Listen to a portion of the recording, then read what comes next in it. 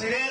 সুতরাং এখানে আমার বক্তব্য দেওয়ার 3 দিনের সফরে নিজ গ্রামের বাড়ি ঠাকুরগাঁওয়ে নানা সামাজিক অনুষ্ঠানে যোগ দিয়ে ব্যস্ত সময় কাটালেন বিএনপি মহাসচিব মির্জা ফখরুল ইসলাম আলমগীর। বিভিন্ন শ্রেণী পেশার মানুষের পাশাপাশি ভিন্ন ধর্মাবলম্বীদের সঙ্গেও মতবিনিময় করেন তিনি। বুধবার বিকেলে ঠাকুরগাঁও সদরের বড়গাঁ ইউনিয়নের কিসমত কিশোরবাড়ি লক্ষ্মীরহাট উচ্চ বিদ্যালয় মাঠে সনাতন ধর্মাবলম্বীদের সঙ্গে মতবিনিময় সভায় যোগ দেন বিএনপি মহাসচিব।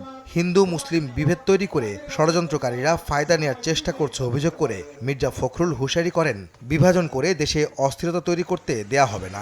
এখানে তো কিছু লোক বসে আছে এই জন্য এই গোলমাল লাগাবে আমাদের ভাই বোনদের মধ্যে, ভাইদের মধ্যে, যাতে তাদের ফায়দা হাসিল হয়। ওই ফায়দাটা আমরা হাসিল করতে চাই না।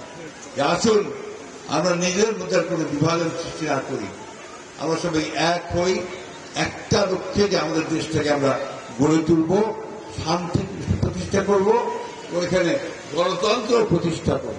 ভোটাধিকার প্রতিষ্ঠায় দেশের মানুষ শিগগিরই নির্বাচন চায় দাবি করে মির্জা ফখরুল বলেন, জনগণ বিএনপিকে ভোট দিক আর না দিক অধিকার রক্ষায় সবার পাশে থাকবে তার দল। আমরা যেটা চাচ্ছি যে একটা নির্বাচন যারা হয়, নির্বাচনটা হলে আমরা ভোট দিয়ে একটা সরকার গঠন করতে পারি। যে সরকার থেকে গঠন হোক ওটা তো আমাদের সরকার হবে, তাই না? জনগণের সরকার হবে। আমার ভোট আমি দিব, যাকে খুশি তাকে দেব, নাকি নাকি কইবেন যে আমার ভোট আমি দিব, তোমারটাও আমি দিব। যেটা গত 15 বছর হয়েছে, হ্যাঁ, হয় না?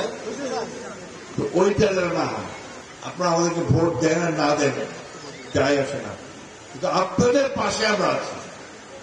আপনাদের যে অধিকার, সেই অধিকারকে রক্ষা করার দায়িত্ব আমাদের।